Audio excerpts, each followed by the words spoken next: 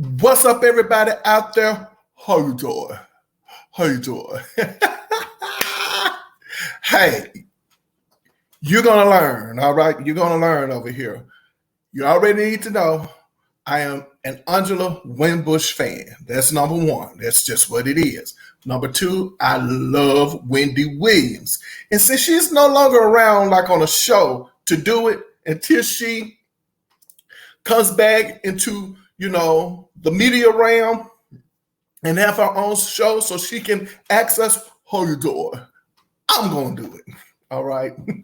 Hey, speaking of, giving shouts out, don't forget Joyce Fenderella Irby. She is one of the members of Climax. All right. Joyce Fenderella Irby, R&B diva. She has a book out. Okay. I don't mind.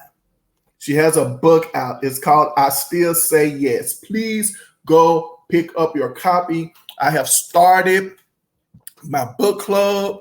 All right. And we've started with the R&B diva, Joyce Fenderella Irby. Listen, I'm not associated with this book at all. I just want to put it out there. She knows nothing about it as far as I know,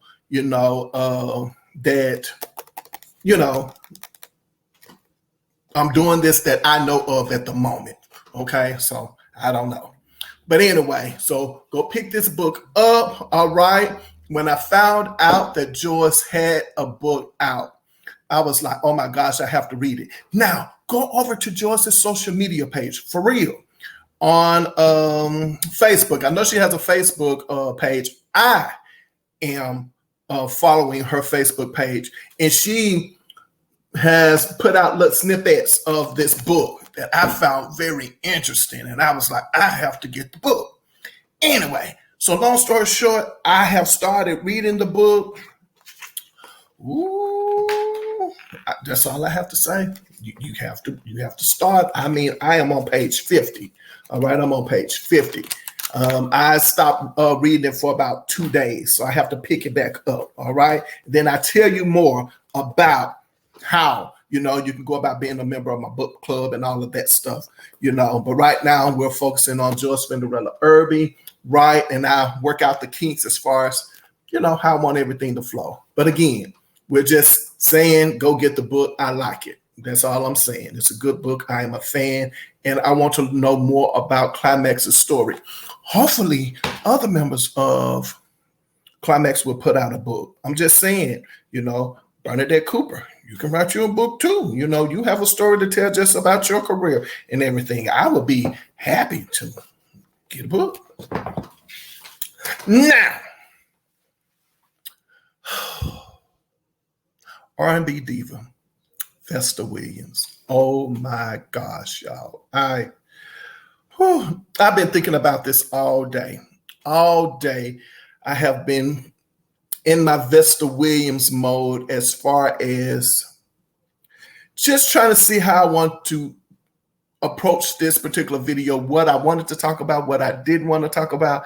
You guys already know, like, if it comes up, I might talk about it, but I'm not going around digging in people's trash like everybody else do. Who has time for that? Child, do you not realize how much energy you have to put into doing something like that? Hey, I like R&B divas.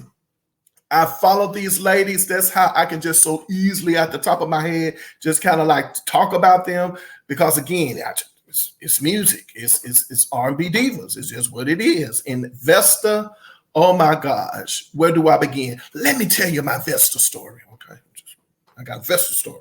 Sometimes I have stories. Well, I wanted to, and I still do, want to have my own picture, like my picture, like a picture maybe over my bed or somewhere behind my sofa, above my sofa or something like that, of me, because Vesta had one in her video, Sweet, Sweet Love. No, congratulations. She had one in her video, congratulations. By the way, when we finish this video, finish watching, go over there and check out Vesta Williams. Listen to you some good Vesta Williams. I wanted to have a picture, and I still do, over my bed or somewhere in my home of me, just me. So The second thing I wanted, and I still do, I want a Corvette, convertible Corvette, preferably black Corvette, like in Vesta Williams' Sweet Sweet Love video. And guess what I want to do? I want to get in my convertible, let the top down, and play Sweet Sweet Love. I know. That's what I want to do. I promise you. Like she has, I mean, oh my gosh. Like I didn't even think I was going to approach this video doing this first. But oh my gosh, like there is something about Vesta and that Corvette and Sweet Sweet Love. I'm here to tell you. I mean, it is so sexy, right? Have my shades on, riding around in my Corvette. You know what I'm saying? Sweet Sweet Love blasting. I blast Sweet Sweet Love in my car. Now, people out there, if you know me, you know I'm not lying. Like you can ask anybody and they say, that's him. Like this is true. I'm being my authentic self. Like I would blast Vesta Williams in a heartbeat with my shades or sunglasses or whatever you want to call them. I would. Those are the things that that's what I want to do. And then I want to drive up to the beach. And well, if you watched the Sweet Sweet Love video, I don't have to say any more about heading to that beach. But anyway, well, child, I hope you're enjoying yourselves out there. I hope you do. I hope you enjoy watching Pepe La View. Now let's get started. So I was thinking about how I wanted to approach this video, what I wanted to talk about, what I didn't want to talk about. You know, sometimes I like to do it differently. I don't always like to approach it like maybe somebody else will approach it because I wouldn't find that interesting to me. Again, I tell you, if you don't know who these R&B divas, that's fine. You go out and you learn something about them. You know what I'm saying? Go listen to their music, right? Unfortunately, Vesta Williams, sadly, she's no longer here with us, but I promise you she left some wonderful, great music behind. Yes, she did. A wonderful, wonderful individual. I never met her before, but I did try to get this promoter once to, you know, have her on at his club. Now that I think about it, I think she passed that same year that, you know, I was following this particular promoter on social media. And, you know, I was like, if you get Vesta, you a bad mother sucker. You know what I'm saying? But never got around to doing it. But anywho, so I was thinking about how I want to approach it. And one might say, you know what? Approach this story from the latter part of her career, not the beginning, not the middle, but the end. I specifically chose one of these pictures. Like this would be Vesta, you know, during the latter part of her life or career. And those of you who have followed Vesta Williams, I think she came out in 1988. Yes. No, sorry. Oh. Vesta For You came out in 1988. Vesta released her first record in 1986 with the debut single Once Bitten, Twice Shy. I think it was like a top 20 R&B hit. Probably somewhere around, I'm going to assume, it wasn't at the number 10 spot. Could have hovered somewhere in the 15, 14, 13 spot on the chart, the single. Not quite sure about the actual album numbers, but it is what it is. So, if you followed her from 1986 all the way up to, you know, her last year, then you know Vesta went through this image change, I would call it. And if you know the story, then you know Vesta, watch her on song. She said that the record company pretty much dropped her because, you know, she started to gain more weight. That's what she said. And that was during the time that she released her record called Relationships. And I like the record relationships. I like it a lot. It's another one of her. It's one of her records. Vesta's record relationship. I can actually play that one from beginning to the end. I really can. I like it a lot. Like there were no throwaways on that record at all. I like it. I liked it a lot, and I think it was in 1998. I could be wrong. 1998, but anyway, yeah, 1998. It was in the 1990s, late 1990s. She released Relationships. And she talked about that during the promotion of that record, how the record company, you know, they stopped promoting her. It was getting a little difficult for her, you know, as far as, you know, dealing and interacting with her record company. So when she came out around this time, it was a lot of promotion behind the fact that, you know, she had lost a tremendous amount of weight. It is what it is. I know I've never heard her say anything about, you know, her doing anything else to lose the weight other than she lost the weight. Now, I will say, just out of respect, I say allegedly, I don't know. It could have been that, you know, when she lost weight, you know, her facial features changed. This is totally out of respect, really. I don't know if she had plastic surgery. It kind of looked like she probably did. But again, I'm also going to say it could be because she lost weight. You know, your face structure can change sometimes. But anyway, it is what it is. But like I said, out of respect, you'll know if I'm dishing out the dirt on who dropped Kick 2 in these entertainment streets because I'll let you know. I just don't know. All right. So she never really spoke about it other than that she was trying to maintain a healthier lifestyle and she got her recording career back, was getting it back on track. She was promoting the record, and those are the things that she was saying that she did. Now,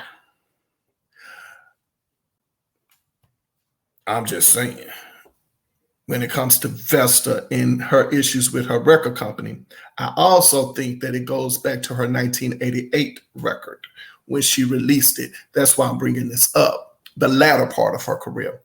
Because, you know, Vesta has always talked about the fact that her first record, 1986, ooh, Lord.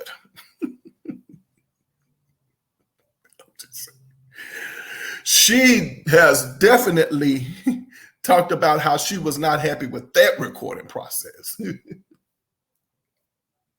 I mean, she said it.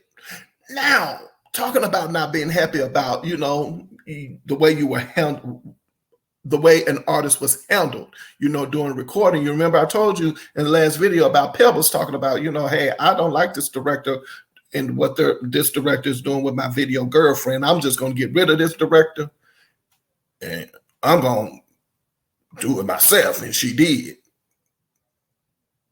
Allegedly. That's what she says. And well, it ended up being what it was. So now Vesta, though, is saying, listen here, I'm going to come down with laryngitis or something because I'm not singing unless I work with Tina Clark. Tina Clark is the lady who, you know, co-wrote Congratulations with her. And another song on the record that I like in 1988 called Running Into Memories. I just like that one. I really and truly like it a lot. And so I always wondered when she talked about having issues with her record company. Now, this is just me. Just saying, I think I need to put the button up right now. This is where I'm going to put the button up. You know, talking about, you know, drop kicking people, you know, in these entertainment streets because I just don't know. Like, I'm just going to put it up there. You know, we about to dish out the dirt on who dropped kick 2 in these entertainment streets, you know. I always wondered, though, you know, when you go bump heads like that with your record company executives, are they so forgiving even after you had success? I'm just wondering, do they look in the back of their mind, you know, having in the back of their head, they're looking like, okay, you one-up me, but I'll get you back later. I'm just saying, you know, some people are petty like that. I always wondered. Well, let me tell you why. Because don't you know that, Vesta has also said, I'm just telling you now, Vesta, she's also said that for that 1988 record, the one that she was holding out on, saying that, listen here, I didn't like the last record that you did. And so therefore, I know who I want to work with. I want to work with Tina Clark, and I would come down with laryngitis, and I won't work on this record, period. And so they let her come into, they got together, wrote 2 songs, she and Tina Clark. And, well, it's what it was, and they went by their business. And then it finally comes time out to put the record out. And I think Sweet Sweet Love is the first single. Is it Congratulations? Now that I can't tell you, which one was first. But let's just say both of them did wonderful for her, I don't know why. I want to say Sweet Sweet Love was first. I want to say Sweet Sweet Love was first. I think Sweet Sweet Love made it to number 5 on the R&B charts. I want to say it made it to number 5. I could be wrong, but I don't know why I'm thinking number 5. But it was definitely it wasn't number 1, I don't think. But it was somewhere in the number 5 range. And it could have been lower than number 5, but it definitely was not a number 1 that I can remember. But anyway, so it's riding, going up the charts, so on and so forth, doing well for her. And well, let's just say it was time to release the next single. Now, you're talking about a top 5 R&B hit. Now, a lot of people, in these streets, they always want to talk about the fact that, oh, yeah, it did well on it was all right. It did well on the R&B charts. But, people don't say you really, truly have some success unless you hover around the top 40. Like, that's where you want to be, in the top pop 40. Okay? Well, I still say it did good. Somebody got a check. Somebody got checks. Somebody live comfortably. I'm just saying. But anyway, off the number 5 R&B hit, if it wasn't her getting the money, somebody got it. You see what I'm saying? But anyway, so I recall the record, as I said, doing well. And then it's time for her to put out the next record, which is Congratulations, which, by the way, it did manage to go into the pop charts, didn't it? I think that's the one that was really, truly being somewhat successful for her, that looked like it was about to go into those top of the pop charts. You see what I'm saying? Like, she was about to get there. All I said, some people petty. I'm just saying, I ain't calling nobody name because I don't know, but I'm just saying, and I always wondered, because the record is doing well, and the record is Congratulations, the one that she and Tina Clark wrote together. You know what I'm saying? And all of a sudden, Vesta said they just snatch it from her. I mean, the record was doing well. She said, I watched the song. She said that. And all of a sudden, she said they just pulled the plug. Like, we're not investing any more money in this.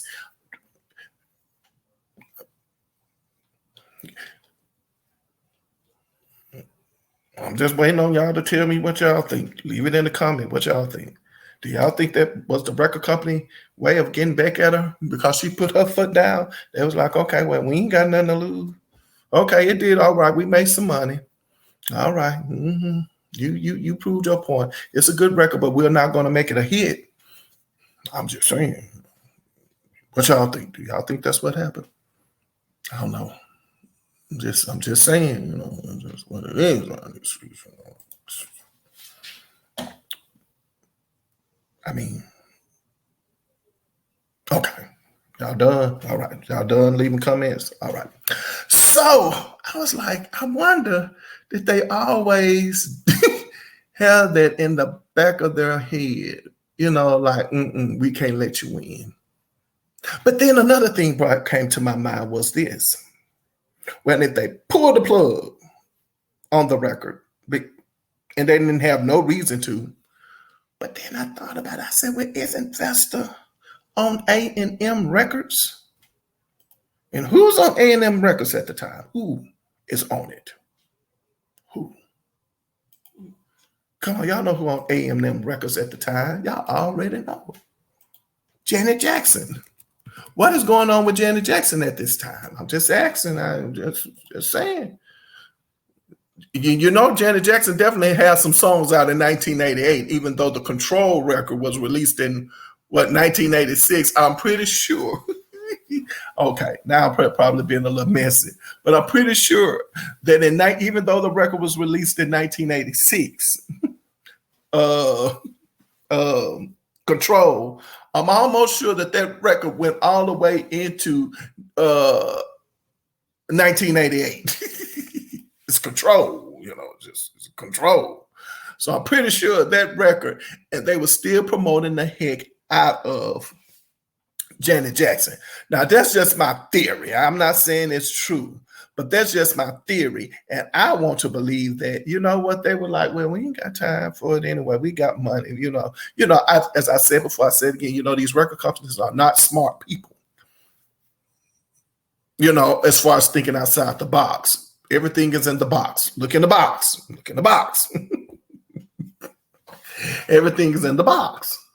So if you look in the box, then you will see that, well, it is what it is. Janet Jackson. It's a sure win for them.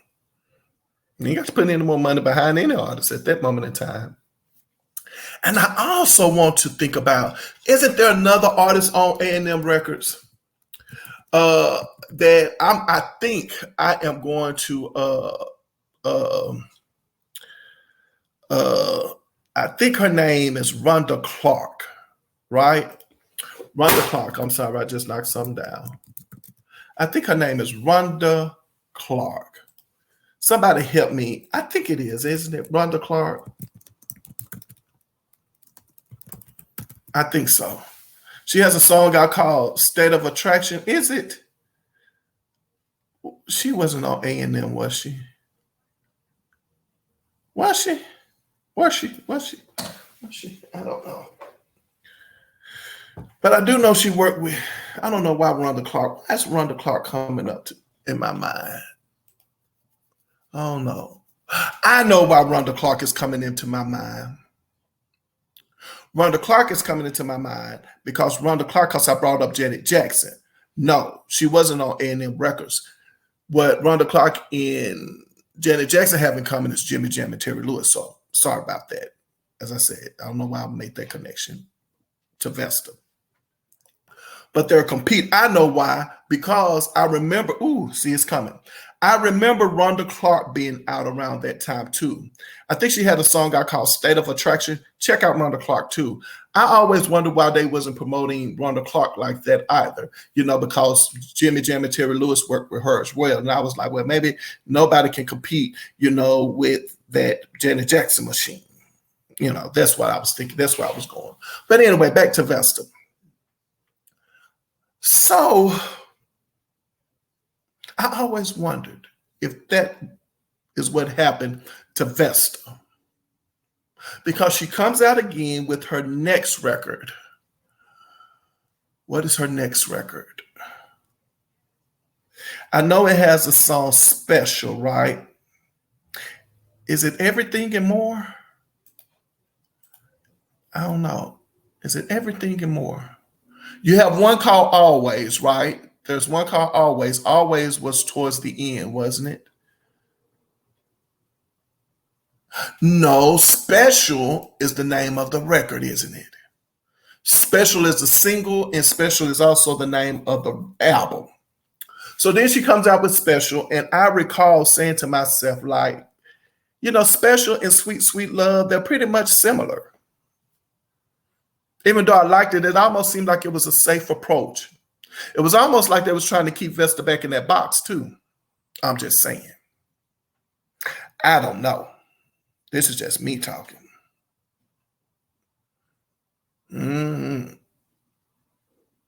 So then I get to the point where I'm saying to myself, what happened to Vesta's career is where I'm going. For her to have And if I'm not mistaken, I don't know. I was kind of shocked to find out that maybe the Vesta For You album that had Sweet Sweet Love, Congratulations, For You, and what's the name of that other song? How You Feel. I think 3 of those singles were definitely did well on the charts. And I don't think that record went gold.